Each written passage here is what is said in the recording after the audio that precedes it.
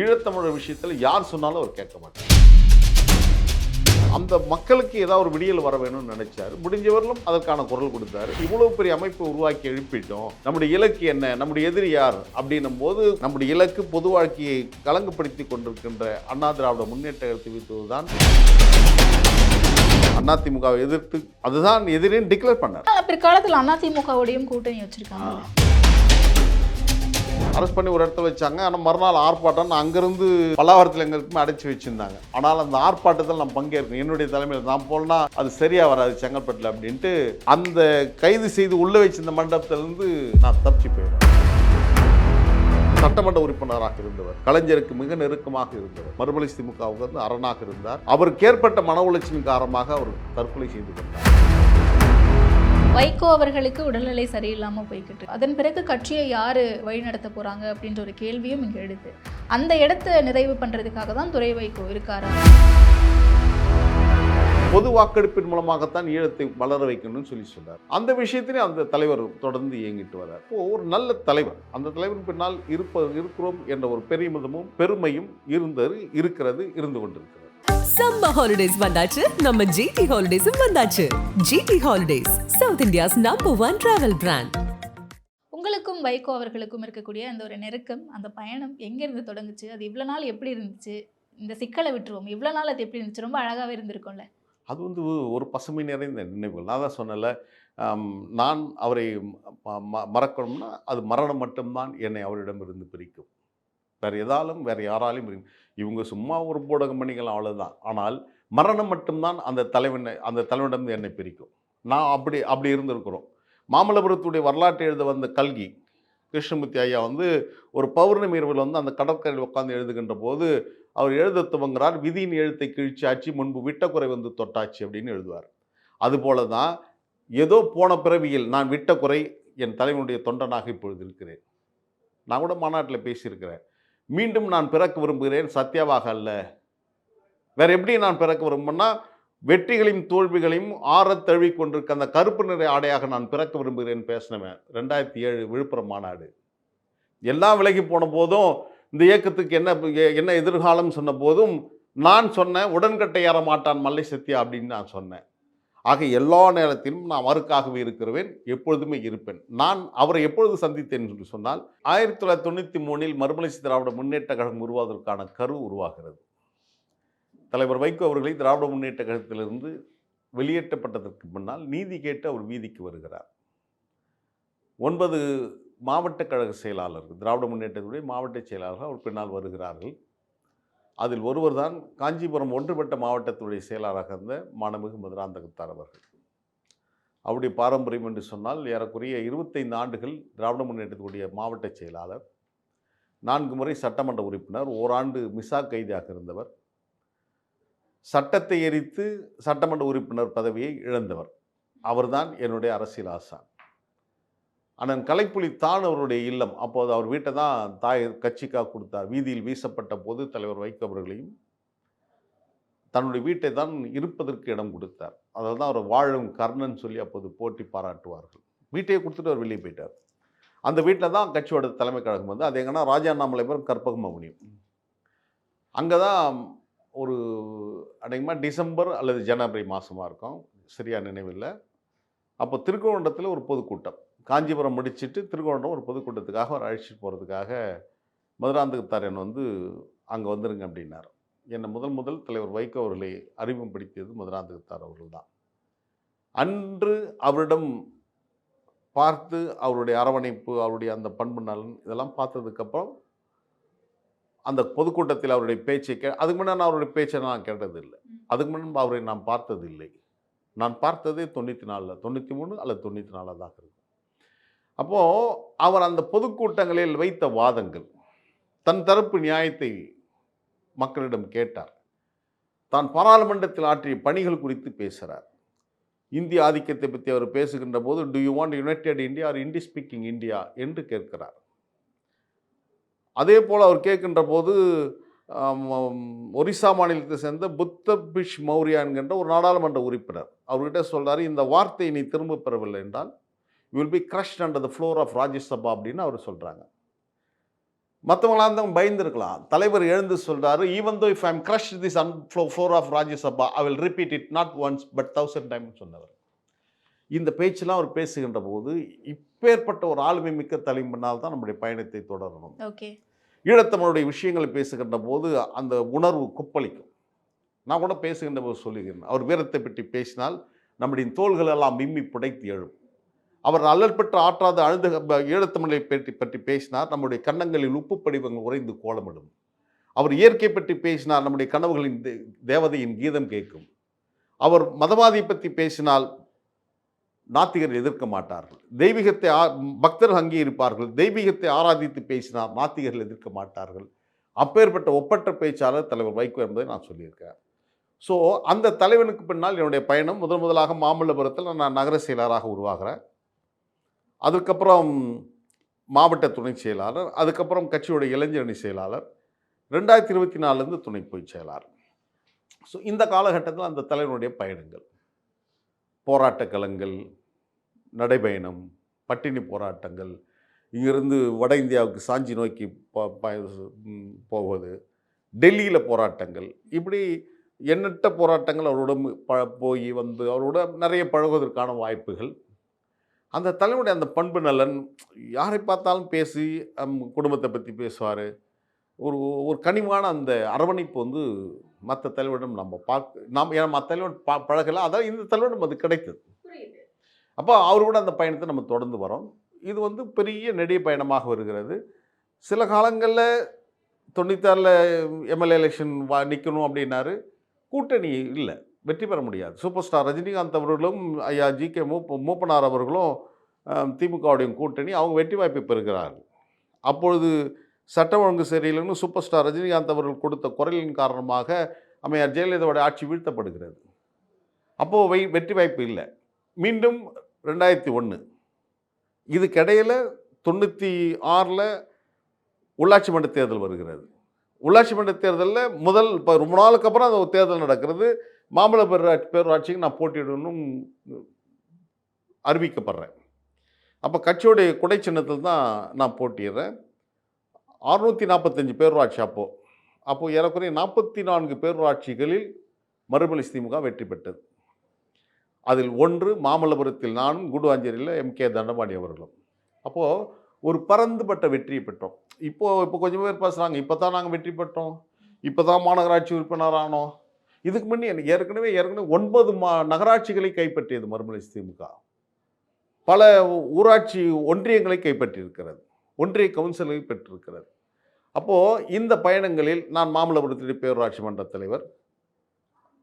அப்போது அந்த காலகட்டத்தில் மாமல்லபுரத்தில் ஏற்படுகின்ற அந்த சுற்றுலா பயணிகளுக்கான கட்டண உயர்வு, அந்த கட்டண உயர்வை குறைக்கணும் போது நாங்கள் டெல்லிக்கு போகிறோம். அப்போ வந்து கர்நாடக மாநிலத்தை சேர்ந்த அனந்தகிருஷ்ணன், அவர் தான் சுற்றுலாத்துறையுடைய அமைச்சராக இருந்தார். அவர்கிட்ட இப்போ என் தலைவர்கிட்ட சொன்னதுமே அவர் அனந்தகிருஷ்ணன்கிட்ட சொல்கிறார், இப்போ அவர் இல்லை, அவர் இறந்துடுறாரு. அவர் நாங்கள் பார்க்க போனோம். அந்த மினிஸ்டர், ஒரு மத்திய அமைச்சர், ஒரு முதலமைச்சருக்கு நிகரானவர், அவர் வாசலில் வந்து அவர் அழைச்சிட்டு போகிறார். என்ன பிரச்சனைன்றார், இது மாதிரி அப்படின்றாரு. நம்ம சேர்மன் அங்கே 10 ரூபா கட்டணம் உயர்த்திருக்கீங்க, $10 வெளிநாட்டுக்கு பயணிக்கின்றாங்க, அது முடியாது. அப்போ என்ன பண்ணுறதுன்னா அப்புறம் குறைக்கணுன்ற அப்புறம் ஒரு $5 வாங்கினா எல்லா பகுதியும் பார்க்கணும். இது வந்து சர்வதேச அளவில் ஹெரிட்டேஜ், அந்த மானுமெண்ட்ஸுக்கு வந்து அந்த உலக பண்பாட்டு இயக்கத்தில் வந்து வந்துடுது. அதில் அதுக்கான விலை குறைக்கணும் போது அது குறைத்து கொடுத்த பெருமை தலைவர் வைகோ அவர்களுக்கு உண்டு. அதே போன்று மாமல்லபுரத்தில் அந்த வாழ்வுரிமை போராட்டங்கள், அங்கே இருக்கிற பல பிரச்சனைகள் குறித்து பேசுகின்ற போதும் அதுக்காகவும் போகிறோன்னா அந்த போராட்டத்தின் தலைவர் பங்கேற்றார். அதுக்கப்புறம் அந்த சட்டம் ரத்து செய்யப்படுகிறது.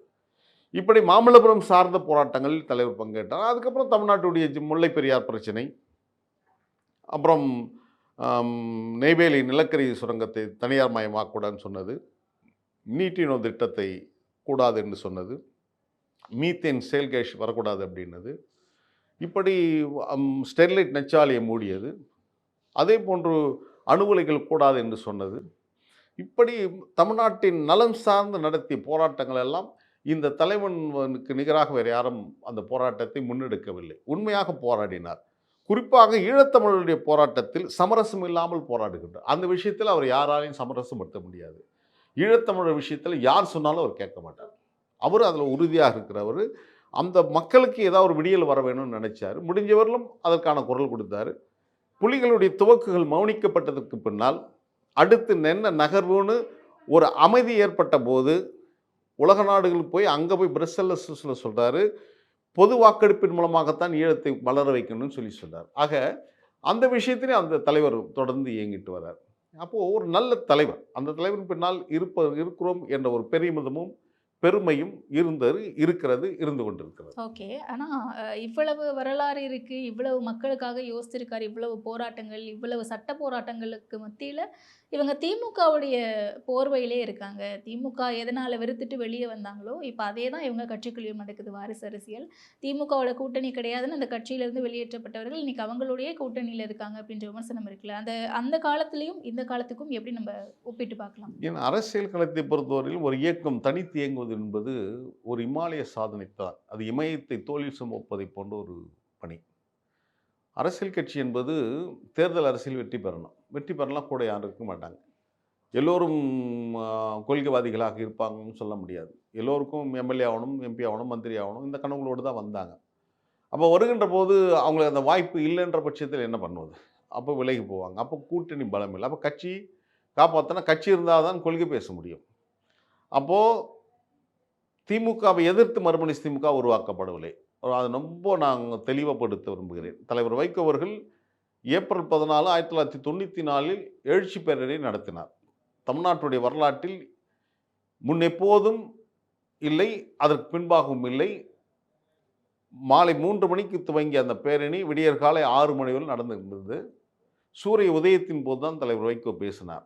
எனக்கு நல்லா நினைவு இருக்குது. அந்த மேடைக்கு முன்பாக நான் அவருடைய உரையை கேட்டுக்கொண்டிருந்தேன். அப்படி சொன்னார், இவ்வளோ பெரிய அமைப்பை உருவாக்கி எழுப்பிட்டோம், நம்முடைய இலக்கு என்ன, நம்முடைய எதிரி யார் அப்படின்னும் போது கொஞ்சம் பேர் அவங்கன்னு சொன்னாங்க. இல்லை, நம்முடைய இலக்கு பொது வாழ்க்கையை கலங்கப்படுத்தி கொண்டிருக்கின்ற அண்ணா திராவிட முன்னேற்ற கழகத்தை வீழ்த்துவது தான் நம்முடைய இலக்கு. எனவே பொது வாழ்க்கையை, பொது சொத்தை கொள்ளடித்திருக்கிற அதிமுக தான் நம்முடைய முதல் எதிரின்னு தலைவர் அறிவித்தார்.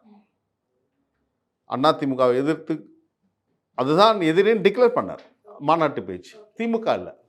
பிற்காலத்தில் அதிமுகவோடையும் கூட்டணி வச்சிருக்காங்க. இங்கே தான் இந்த காலகட்டத்தில் 96ஆம் ஆண்டு தேர்தலில் விவரிக்க முடியாத தோல்வியை நாங்கள் தழுவுறோம்.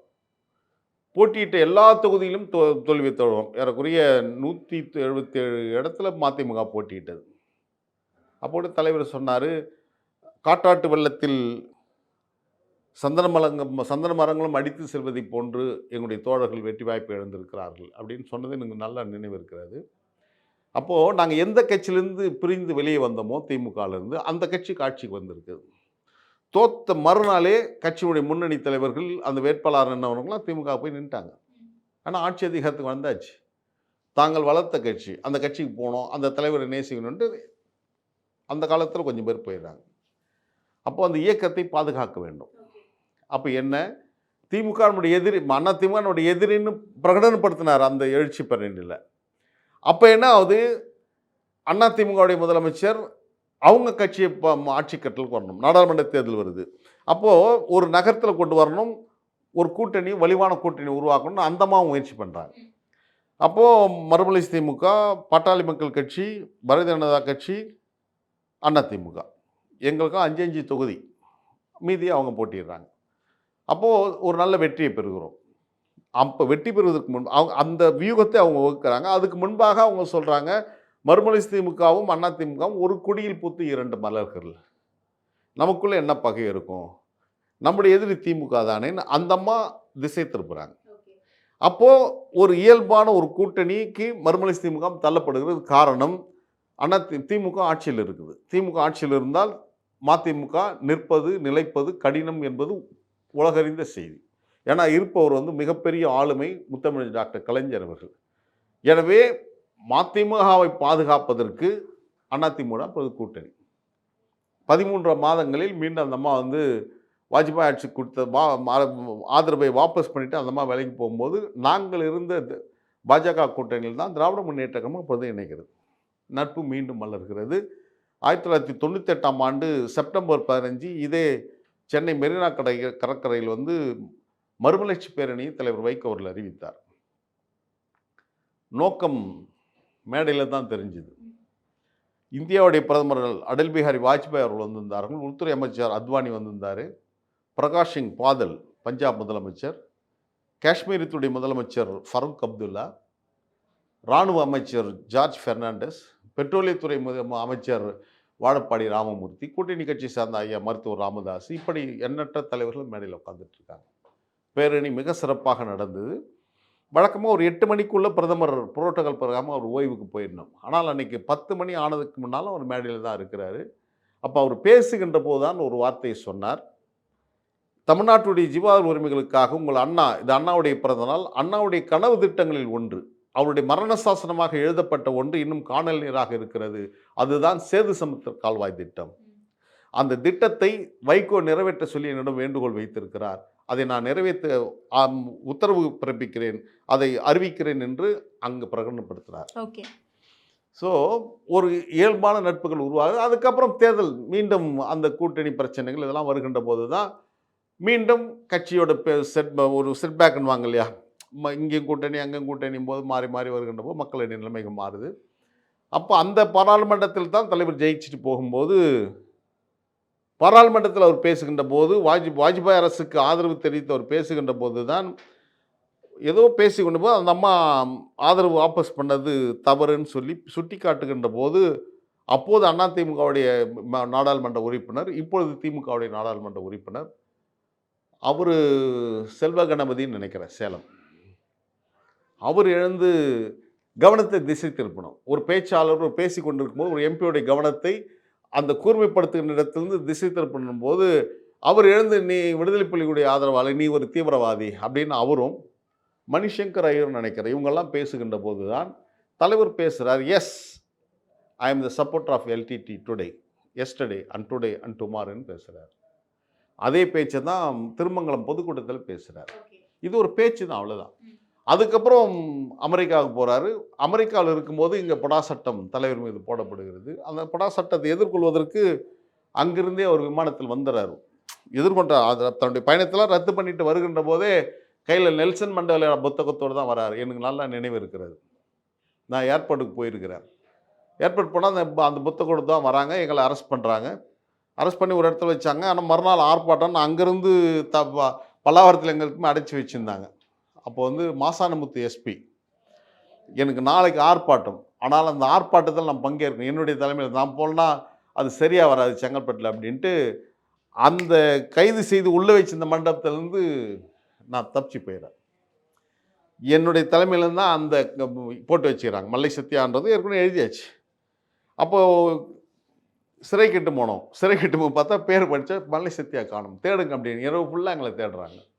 ஆனால் நான் போய் ஒரு இடத்துல மறைஞ்சிருந்து மறுநாள் காலையில் ஆர்ப்பாட்டம் நடத்தி கைது ஆகிறேன். அப்போ தான் தலைவர் அந்த புத்தகத்தை கையில் எடுத்து வந்தார், நெல்சன் மண்டேலோட அந்த நெடும்பயணம். அப்போ புரிஞ்சிச்சு ஒரு நீண்ட நாள் சிறைக்கு தயாராகிட்டோம்னா அவர் ஒரு சிறைக்கு போகிறாரு. அப்போ அந்த சிறையை கண்டித்து ஆர்ப்பாட்டங்கள் நடக்குது, பட்டினி போராட்டம் நடக்குது. நாங்கள் இளைஞரணி செயலாளர் நான் இருக்கிறேன், தொண்டரணி செயலாளராக அண்ணன் ஜீவன் அவர்கள் வடசென்னை மாவட்ட செயலாளர், இப்போ மாமன்ற உறுப்பினராக இருக்கிறாரு. டாக்டர் பேராசிரியர் சபாப்தி மோகன் அவர்கள் நெல்லையில் கூட ஒரு சான்சலராக இருந்தார், வைஸ் சான்சலராக இருந்தார். ஒரு நட்சத்திர சொற்பொழிவு, அவர் மாணவரணி செயலாளர். நாங்கள் 3 பேரும் இந்த 3 அணிகளும் இணைந்து திருச்சியிலிருந்து வேலூர் வரையிலும், அவர் சிறையில் அடைக்கப்பட்ட அந்த வேலூர் வரையிலும் 17 நாட்கள் நாட்டு மக்கள் நீதி கேட்பதற்காக நடந்தோம். தமிழர்களே நியாயம்தானா சொல்லுங்கள், வைகோ செய்த குற்றம் என்ன, வைகோ கைது நியாயம்தானான்னு சொல்லிட்டு வீதியில் கத்திக்கிட்டு முழக்கம் போட்டு மழையிலும் வெயிலிலும் நடந்து சென்றோம். அது குறித்து கூட தலைவர் வந்து அந்த சிறையில் மடைந்த மடல்களை ரொம்ப அழகாக எழுதியிருப்பார். அதுக்கப்புறம் முண்டாசு கவிஞன் முறுக்கு மீசை புலவன் பாரதி பிறந்த எட்டயபுரத்திலிருந்து மதுரை நோக்கி நடைபயணம், ஏறக்குறைய 9 நாட்கள்.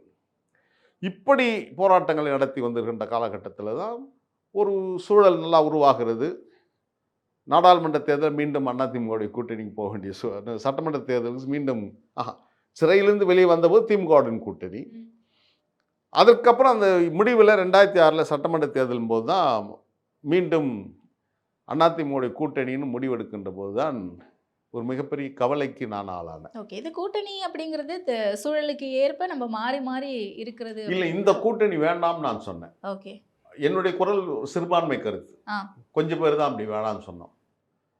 அப்போ கூட நக்கீரன் பத்திரிகையில் வந்தது 40+20 அப்படின்னு ஒரு செய்தி வந்தது. அது என்ன 40-20ன்னா 40 சட்டமன்ற தொகுதிகளும் அதற்கு செலவாக 20 கோடி ரூபாய் தருவதாகவும் செய்தி வந்தாங்க. 40 தொகுதியில் நாங்கள் 35 தொகுதி தான் போட்டியிட்டோம். அப்போது ஒரு கட்சியின் மீது இது போன்ற ஒரு கலங்கங்கள் வருது. அப்போது இந்த சட்டமன்ற தேர்தலின் போது தான் நான் தலைவர் எப்பொழுது சிறைக்கு போனாரோ அன்றைக்கி நான் கருப்பு ஷர்ட் போட்டவன். நான் மட்டுமல்ல, நூற்றுக்கணக்கான தமிழகத்தில் மறுமலர்ச்சி திமுக இளைஞர்கள் கருப்பு ஷர்ட் போட்டாங்க. பலர் தாடி வச்சாங்க, முடி மழிக்கலை.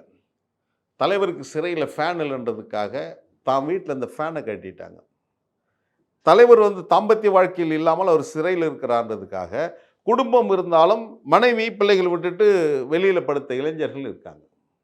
இப்படி கொள்கை சார்ந்த அந்த இளைஞர்கள் இந்த இயக்கம் அப்படி வருகின்ற போது தான் மீண்டும் சிறையில் அடைத்த ஜெயலலிதாவுடன் கூட்டணியின் போது நான் போகக்கூடாதுன்னு மறுத்தேன். கடைசி வரையில் மறுத்தேன். ஆனால் முடிவு என்னன்னா, அந்த கருப்பு சட்டையோடு தான் அம்மா ஜெயலலிதா அவங்க வீட்டுக்கு நாங்கள் போக வேண்டியதை பாச்சு.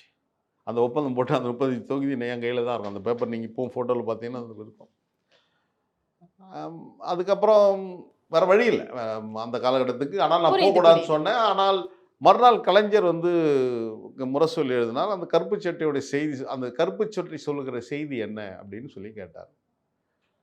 அப்புறம் வேறு என்ன பண்ணுறது, இது மாதிரி நெடிய பயணங்கள். அதால தான் இயக்கத்திற்கான பின்னடைவு. அதை தான் இப்பொழுது தலைவர் ரிஃப்ளெக்ட் பண்ணுறது. இது இப்போ தான் நான் அதிமுகவோட கூட்டணி வைத்தது தவறு 2006 அப்படின்னார். அன்னைக்கு நான் சொன்ன கருத்தை அவர் ஏற்றிருந்தாருன்னா இந்த நிலைமை வந்திருக்காது. அதை தான் கேட்க வந்தேன். இன்னைக்கு உணர்றாரு, நீங்கள் அது அன்னைக்கே வேண்டாம்னு சொல்லியிருக்கீங்க. கூட்டணி விவகாரத்தில் நீங்கள் தெளிவாக இருந்திருக்கீங்க. பட் வாரிசு அரசியல் அப்படின்னு வரும்போது இந்த பக்கம் என்னைக்கு ஸ்டாலின் அவர்கள் வேண்டாம், எப்படி கலைஞருக்கு வைகோ அவர்கள் இருந்தாரோ அதே மாதிரி தான் வைகோ அவர்களுக்கு நீங்கள் இருந்திருக்கீங்க. ஸ்டாலின் அவர்கள் வேண்டாம் அப்படின்னு வைகோ அவர்கள் சொன்ன மாதிரி நீங்களும் துரை வைகோ அவர்கள் வேண்டாம்னு சொல்லியிருக்கலாமே. ஏன் கட்சியில் அத்தனை எதிர்ப்புகள் இருக்கும்போது நீங்கள் மட்டும் ஆதரவு தெரிவிச்சிங்க? இல்லை, நான் அதில் சற்று மாறுபட்டவன். ஏன்னா ஒரு கட்சியுடைய மகன் என்பதற்காக அவருடைய அரசியல் கூடாது என்பது எந்த விதத்தில் நியாயம்? அவருக்கான அபிலாஷைகள் இருக்குது, அவருக்கான உரிமைகள் இருக்குல்ல. அந்த உரிமைகள் ஏன் துரைக்கு மறுக்கப்படணும்? வைகோவின் மகன் என்பதற்காக ஒரு அரசியல் வரக்கூடாதா? இந்த கேள்வி எழத்தான் செய்யும். இந்த கேள்வி தான் நான் அப்பொழுது முன்வைச்சேன். அதுக்கப்புறம் வாக்கெடுப்புலையும் அவருக்கு ஆதரவாக தான் நான் வாக்களித்தேன்.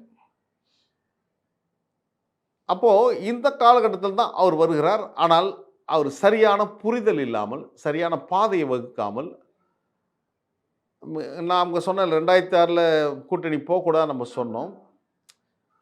அன்னைக்கு ஏற்பட்ட அந்த சூழல் என்பது வேறு. இப்பொழுது நான் சொன்னேன் இவ்வளோ நெடிய போராட்டங்கள். திருப்பதியில் ராஜபக்ஷ வருகின்ற போது அவன் முகத்துக்கு எதிராக கருப்புடி போராட்டம் நடத்தணும்னு சொல்கிறார். திருமலையில் விடிகால 2014 டிசம்பர் 9 நைட்டு நாங்கள் போய் ஏறுறோம். விடியற்காலில் 3:30 மணிக்கு திருப்பதியில் ராஜபக்ஷ சுப்பிரபாதம் தரிசனம் முடிச்சுட்டு வருகின்ற போது கொடிமரத்துக்கு எதிராக நின்று கருப்பு கொடி காட்டணும். அவன் அந்த இன்டெலிஜென்ஸ் கேட்டான், we have right to shoot him man அப்படின்னா. Don't you think is our sovereign country president? நடந்துன்னா நாங்கள் we have to answer for whole nation அப்படின்னா. என்ன நடந்தால் என்ன வருது? ஆனால் அவர் இறையாண்மை நாட்டுடைய பிரசிடென்ட். அந்த போராட்டத்தை நடத்துகிறோம். 999 ஒரு திரைப்படம், 5 மாவட்ட மக்களுடைய ஜீவாதார பிரச்சனை. தலைவர் நெடிய போராட்டம் நடத்தியிருக்கிறார், நடைபயணம் போயிருக்கிறாரு, மக்களை எழுப்புகின்ற பிரச்சார பயணம் நடத்தியிருக்கிறார், பட்டினி போராட்டம் நடத்தியிருக்கிறாரு. ஒரு பட்டினி போராட்டத்தில் கூட நான் பேசின பேச்சு ஒரு வைப்ரண்ட்டாக ஒரு எலக்ட்ரிக்காக இருந்ததுன்னு சொல்லி தலைவரே சொன்னார். இது என்ன அப்படின்னா, அந்த காலகட்டத்தில் அந்த பட்டினி போராட்டம் நடத்துகின்ற போது அந்த மாநிலத்துடைய முதலமைச்சர், கேரளா மாநிலத்துடைய முதலமைச்சராக பொது உடைமை இயக்கத்துடைய மூத்த தலைவர் ஐயா மாண்புமிகு முதலமைச்சர் அச்சுதானந்தன் அவர்கள் இருக்கிறார். அப்போ அவர் பேசுகின்ற போது சொன்னார், உங்களுக்கு தமிழ்நாட்டில் போராடுவதற்கு ஒரே ஒரு வைகோ தான் அங்கே இருக்கார், எங்ககிட்ட நூற்றுக்கணக்கான வைகோக்கள் இருக்கிறார் அப்படின்னு. வைகோவுக்கு அது ஒரு புகழாரமாகவே இருந்தது. அதுக்கப்புறம் அவர் பேசுகின்ற போது சொன்னார், ஏன் வெள்ளைக்காரன் போட்ட ஒப்பந்தத்தை நம்ம ஏன் நடைமுறைப்படுத்தணும்? நம்ம தான் ஃப்ரீடம், நம்ம சுதந்திரம் அடைஞ்சிட்டோம், புது ஒப்பந்தம் நம்ம போடுவோம் அப்படின்னு சொல்லி அவர் சொல்லும்போது தான் நான் பேசுகின்ற போது சொன்னேன், வெள்ளைக்காரன் போட்ட ஒப்பந்தத்தை நாம் ஏன் மதிக்கணும்னு மாண்புமிகு கேரளா மாநிலத்தோட முதல்வர் அச்சுதநாதன் அவர்கள் சொன்னார் என்று சொன்னால், வெள்ளக்காரர் நினைத்த இந்தியாவில் நீயும் நான் ஏன் சகோதர மாநிலமாக இருக்க வேண்டும், பிரிஞ்சு போவோம் அப்படின்னு. பிரிந்தால் என்ன அப்படின்னா, உங்களுக்கு வந்து இன்சிங் ஒப்பந்தம் இதில் வரும். சர்வதேச ஒப்பந்தத்தின் பிரகாரம் இந்த நீர் உரிமை பகுதிகளுக்கு கடைமடை பிரச்சனைகள் வந்து எளிதாக தீரும். அப்போ ஒரு நாடு, ஒரு மாநிலம் என்கின்ற காரணத்தினால்தான் சகோதர நேசத்தை பார்க்குறோம். ஆனால் நீங்கள் எங்கள் வழி பார்ப்பதில்லை. அப்போ வெள்ளக்காரன் போட்ட ஒப்பந்தத்தை வேண்டாம் என்று சொன்னால், வெள்ளக்காரன் நினைத்து இந்தியாவில் நாம் ஏன் இருக்கணும், பிரிந்துக்கலாம், சர்வதேச அளவில் நம்ம இது ஒப்பந்தம் ஈஸியாக இருக்குமே நான் பேசினா அது எனக்கு நினைவுக்கு வருகிறது. அப்போ அந்த படம் இங்கே வந்து ஒரு திரட்டை உருவாக்கணும், மக்கள் மத்தியில் ஒரு அச்சத்தை உருவாக்கணும். சோகன் ராய் அந்த படத்தை உருவாக்குறாரு, கோடிக்கணக்கான பணம் செலவு செய்து எடுக்கிறாரு. தமிழ்நாட்டில் திரையிடுவதற்கு முயற்சி எடுக்கின்ற போது தலைவர் அறிக்கை கொடுக்குறார், இந்த திரைப்படத்தை எந்த திரையரங்கும் வெளியிடக்கூடாது, அப்படின்னால் மீறி நடந்தால் போராட்டம் நடத்தும் அப்படின்றாரு. அப்புறம் ஏறக்குறைய அது ரத்து செய்யப்படுகிறது. ஆனால் அப்போ வந்து சோகன் ராய் வந்து எப்படியாவது இங்கே பண்ணணும் அப்படின்ட்டு பத்திரிக்கையாளர் மூலமாக அதை காட்டணும்னு சொல்லிட்டு விருகம்பாக்கம் பிரிவு திரையரங்கத்தில் போய் அந்த திரைப்படத்தை வெளியிடறதுக்கு முயற்சி எடுக்கிறார். அப்போ தலைவர் டெல்லியில் இருந்துட்டு பஞ்சாபுக்கு போகிறாரு. பஞ்சாபில் வந்து பகத்சிங் பிறந்த ஊருக்கு போகிறார். அங்கே வந்து எங்களுடைய மத்திய அமைச்சராக அந்த கண்ணப்பன் அவர்கள் வந்து அந்த இயற்கை இது சார்ந்த ஒரு இதுவாக இருந்தாலும் அங்கே ஒரு பொண்ணு நினைக்கிறார். அப்போ போகும்போது தான் எனக்கு கடிதம் ஃபோன் பண்ணுறார், இது மாதிரி அந்த படத்தை பத்திரிக்கையாளர் காட்ட போகிறாங்களாம், காட்ட விடக்கூடாது அப்படின்னாரு. பிரசாந்த் பிரிவு தியேட்டர் அடித்து நொறுக்கப்பட்டது, அந்த ஃப்ரேமில் கொண்டு வந்து வீதியில் வீசப்பட்டது, கைது செய்து சிறையில் வைத்தார்கள். ஒரு வாரம் பொறுத்து விடுதலை செய்யப்பட்டோம். தலைவருக்கு அந்த 342 அடியில் தண்ணி உயர்த்தலாம்னு சொல்லிட்டு உச்சநீதிமன்றம் தீர்ப்பு கொடுத்ததுக்கப்புறம் 2 பேருக்கு பாராட்டு நடைபெறப்பட்டது. ஒன்று தமிழ்நாடு முதலமைச்சர் அம்மையார் ஜெயலலிதா அவருக்கு பாராட்டு நடத்தி தங்கவாள் அந்த மக்கள் கொடுத்தாங்க. அது அடுத்து யார் கொடுத்தாங்கன்னா தலைவர் வைகோ அவர்கள் கொடுத்தாங்க. அப்போ கூட அந்த மக்கள் சொன்னாங்க, அந்த பேசுகின்ற போது சொன்னார்கள், இந்த 5 மாவட்ட முல்லைப்பெரியார் பாசன மக்கள், விவசாய மக்கள் 2 நபருக்கு நாங்கள் நன்றி கூறுகிறோம் அப்படின்னு சொன்னாங்க. நான் கூட நினச்சேன், ஒருவேளை முதலமைச்சருக்கும் வைகோவுக்கும் நன்றி கூறுவாங்களா அப்படின்னு நினச்சோம். ஆனால் அவர் சொன்னது, அணை கட்டிய பென்னி குயிக்குக்கும் அணைக்காக போராடி வைகோவுக்கும் நாங்கள் நன்றி சொல்லுகிறோம் அப்படின்னாங்க. தலைவருக்கும் தங்கவாள் கொடுத்தாங்க. ஆனால் நான் தலைவருக்கு ஒரு நினைவு பரிசு கொடுத்தேன். எந்த ஃபிலிமை பிரசாந்த் பிரிவு தேட்டர்ந்து எடுத்து வந்தனோ அந்த ஃபிலிம் அந்த முல்லைப்பெரியார் ஃபிலிம் ரோயிஸ் தான் தலைவருக்கு மாலை போட்டேன். நினைவு பரிசு அதில் தான் வச்சு செஞ்சு எடுத்து போய் கொடுத்தோம். அப்போது இது போன்ற போராட்டங்கள் எல்லாம் பங்கேற்றவன், கைதானவன், சிறைக்கு 5 முறை சென்றவன், பல வழக்குகளை சுமந்திருந்தவன், பாஸ்போர்ட் முடக்கப்படுகிற நிலைமைக்கு தள்ளப்பட்டவன், இப்படிலாம் உண்மையாகவும் விசுவாசமாகவும் என்னுடைய பணிகளை நான் செய்து கொண்டு வருகின்ற போது கடந்த 4 ஆண்டுகளாக ஏன் முடக்கப்படுகிறேன்? இதற்கான கேள்விக்கு விடைதான் துரை அங்கே நிற்கிறார். துரையை நான் எதிராக பார்க்கவில்லை. துரையை என் தலைவனுடைய மகன், அவர் இன்னும் வரணும், நல்லா பர்ஃபார்ம் பண்ணணும்னு நினச்சோம். ஆனால் அவர் சிலருடைய சொற்கேட்டு எனக்கு எதிராக நகர்வுகளை செஞ்சார். எனக்கு எதிராக, அவருக்கு எதிராக வருகின்ற சமூக ஊடக செய்திகளை நான் சொல்லி தான் போட்டாங்கன்னு அவர் சொல்கிறதை போல எனக்கு எதிரான வருகின்ற சமூக ஊடக செய்திகள் இழிவுபடுத்தி அவமானப்படுத்தி எழுதப்பட்டது. அவர் வந்து செயற்கூடத்தில் மாவட்ட செயற்கூடத்தில் நான் கவலைப்படுறேன், கண்ணீர் விடுறேன், என்னை இது மாதிரிலாம் அவமானப்படுத்துகிறாங்கன்னு. எனக்கும் அதுதான் நடந்தது. எங்கே பிரச்சனைன்னு ஏன் கண்டுபிடிக்க முடியல? அப்போது நீங்கள் அவமதிக்கப்பட்டது போல் நானும் அவமதிக்கப்பட்டிருக்கிறேன். அப்போ இதுக்கு இடையில யார் இந்த பணியை செய்தார்கள்? இந்த உளவியலை, இந்த ஊடுருவலை நீங்கள் போய் கண்டுபிடிச்சோம்னா இன்றைக்கி இவ்வளோ பிரச்சனை வந்திருக்காது. ஒரு இயக்கம், ஒவ்வொரு வாக்காளரும் ஒரு இயக்கத்திற்கு முக்கியம், ஒவ்வொரு தொண்டனும் இந்த இயக்கத்திற்கு முக்கியம். ஒரு இயக்கம் என்பது தேர்தலில் போட்டியிடாத கட்சினா நீங்கள் நோனல் பண்ணிட்டு போகலாம். இது என்பது ஒவ்வொரு தொண்டனும் முக்கியம். ஒரு நிறைவான கேள்வி, அப்போ வைகோ அவர்களுக்கு உடல்நிலை சரியில்லாமல் போய்கிட்டு இருக்கு, சமீப காலமாகவே பார்த்துட்டு இருக்கோம். அண்ட் வயது முப்படைந்துட்டு இருக்காரு. அதன் பிறகு கட்சியை யார் வழிநடத்த போகிறாங்க அப்படின்ற ஒரு கேள்வியும் இங்கே எழுது. அந்த இடத்த நிறைவு பண்ணுறதுக்காக தான் துரை வைகோ இருக்காரா அப்படின்றத தாண்டி இன்னைக்கு கட்சி இருக்கக்கூடிய சூழலில் மதிமுகவே அழிஞ்சுக்கிட்டு இருக்கு, மதிமுக திமுக இல்லை அப்படின்னா ஒரு கட்சியாகவே திளைக்காது அப்படின்ற வாதங்களும் போய்கிட்டு இருக்குல்ல, இது எப்படி போகும்? மதிமுகவினுடைய அரசியல் பயணம் இவ்வளவு தானா? இல்லை, மறுமலர்ச்சி திராவிட முன்னேற்ற கழகம் ஒரு புனித நோக்கத்துக்காக உருவாக்கப்பட்டது. தமிழ்நாட்டுடைய ஜீவாத உரிமைகளுக்காக இடையறாமல் போராடிய இயக்கம், நம்முடைய தொப்புள் கொடி உறவான ஈழத்தமிழுக்காக போராடிய இயக்கம். இந்த இயக்கம் இன்னும் பல நூற்றாண்டுகள் இந்த மண்ணில் இருக்க வேண்டும் என்ற விருப்பம் எங்களுக்கு மட்டுமல்ல, பயன்பெற்ற மக்களுக்கும் அந்த உணர்வு இருக்கிறது. லட்சக்கணக்கானவர்கள் இந்த இயக்கத்தில் வந்தார்கள். அது காட்டாட்டு வெள்ளம் போல் அது கடலில் போய் சேர்ந்துருச்சு. இப்போ இருக்கிறது நீர் எது அப்படின்பானா, எந்த நீர் கடல் ஏற்றுக்கொள்ளாதோ அதுதான் கிணத்துல இருக்கிற நீர். அதுபோல் அந்த கிணத்துல வந்து சேர்ந்து இருக்கிற தண்ணீர் அப்படி இருக்குது. இப்போ இந்த தண்ணீரும் கொஞ்சம் கொஞ்சமாக வத்தி வருகின்ற போது இனி இந்த கிணறுக்கு பயனில்லை என்கின்ற நிலைமைக்கு தான் மின்னிருந்த வலிமை இப்பொழுது இல்லை என்பது எல்லாருக்கும் தெரியும், தலைவருக்கும் தெரியும். நாங்களும் அது புரியாதவர்கள் அல்ல. அப்போது இந்த இயக்கத்தை இன்னும் வலிமையாக கட்டடைக்க வேண்டிய பணி துரைக்கு மட்டுமே அல்ல, மறுமலர்ச்சி திமுக ஒவ்வொருவருக்கும் இருக்கிறது. எனக்கும் அதில் பங்கு இருக்கிறது. ஆனால் என்னை நீங்கள் தொடர்ந்து அலட்சியப்படுத்தி கொண்டு வருகின்றீர்கள், என்னை இயங்க விடாமல் பண்ணுறீங்க. அப்போ நான் எப்படி இயங்க முடியும்?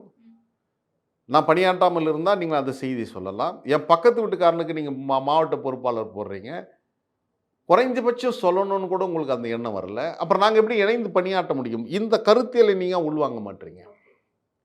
இதுதான் பல நிகழ்வுகளாக நடந்திருக்கு. அப்போது என்னை நீங்கள் அலட்சியப்படுத்துவதும் புறக்கணிப்பதும், என்னை இந்த இயக்கத்திலிருந்து வெளியேற்றணும்னு எல்லா முயற்சிகளும் நீங்கள் எடுத்தீர்கள். சில பேர் போப்பா இவங்ககிட்ட இனி பணியாற்ற முடியாதுன்னு கட்சி விட்டு அவங்களாம் ராஜினாமா பண்ணிட்டு போனவங்களும் உண்டு. ரொம்ப வேதனையோடு சொல்லுகின்றேன், ஓராண்டுகளுக்கு முன்பாக இதே நெருக்கடிக்குள்ளான அண்ணன் கணேசமூர்த்தி திராவிட இயக்கத்தின் மறுமலர்ச்சி திமுகவுடைய சாசன உறுப்பினர்கள் அவர் ஒருத்தர்.